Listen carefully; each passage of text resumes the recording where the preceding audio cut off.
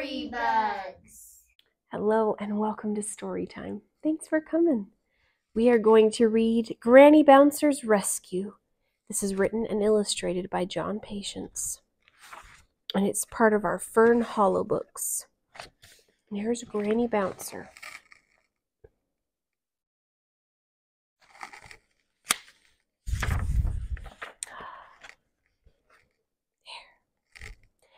The day for the annual seaside trip had arrived, and Fern Hollow railway station was packed with excited animals, buying tickets, showing off their new buckets and spades, and exclaiming to each other what a perfectly beautiful day it was.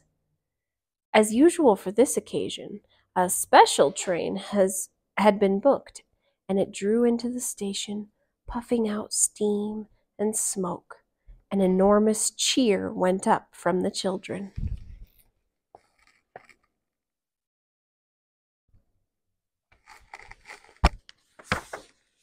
Soon everyone had settled themselves in the train. But there was a problem. Granny Bouncer had not yet arrived. "Maybe she's forgotten about the trip," some animals said.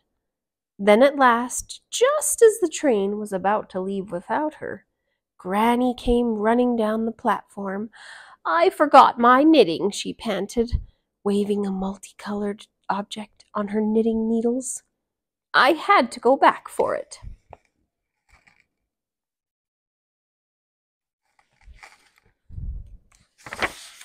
The guard blew his whistle, and Mr. Rusty, the engine driver, started the train. Soon they were rushing through the open countryside. The children looked out of the windows. There was a lot to see: a scarecrow, a windmill, and a canal with lots of little boats on it. Meanwhile, Granny Bouncer concentrated on her knitting, occasionally pausing to pop a humbug into her mouth. Suddenly, the train puffed round the side of a hill, and there was the sea, all sparkling and blue in the morning sunshine.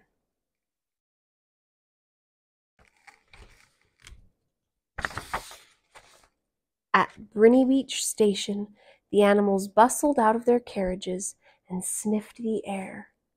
It was filled with the wonderful, exciting smell of the sea. Soon everyone was down on the beach.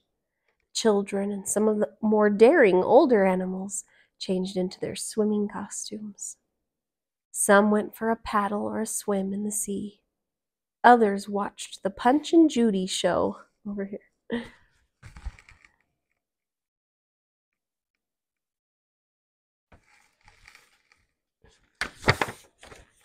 Children began to build sand castles, and a competition was held to choose the best one.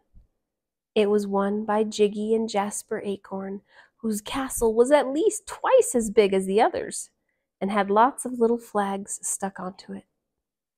Fortunately, later in the afternoon, the tide began to come in and washed the castle away. Then Jasper began to cry, but he soon cheered up when Mr. Acorn brought him an ice cream cornet. Ice cream makes things better.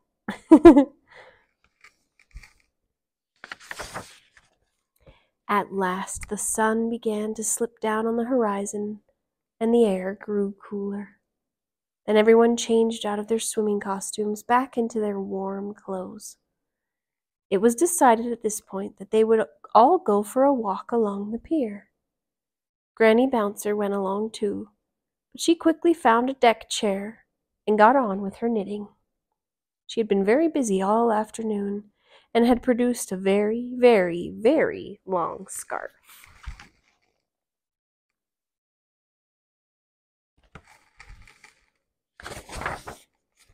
Pippa Bouncer climbed onto the pier railings and sat her teddy bear on them so she could look at the sea. Then something terrible happened. The teddy bear slipped out of Pippa's hands, and as she made a grab for it, she fell off the pier and splashed down into the sea. There was a general panic on the pier, with no one knowing what to do. Then Granny Bouncer came to the rescue. She lowered one end of her enormous scarf down to Pippa, who of course clung onto it like a limpet. "Heave-o!" cried Granny, and everyone hauled Pippa up to safety. Poor little rabbit was rather wet and frightened, but otherwise quite all right.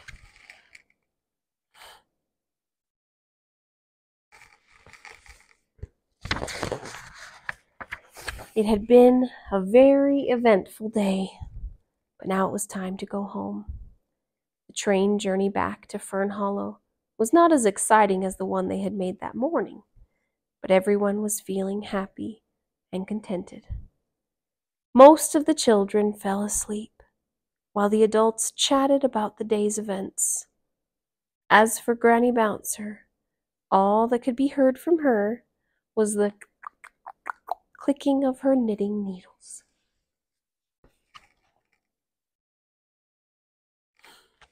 I bet everyone was glad she went back to go get her knitting before the trip, huh? She sure saved Peppa from that water. I would have been terrified. Thank you guys for reading that story with us, and I hope you'll come back for another one.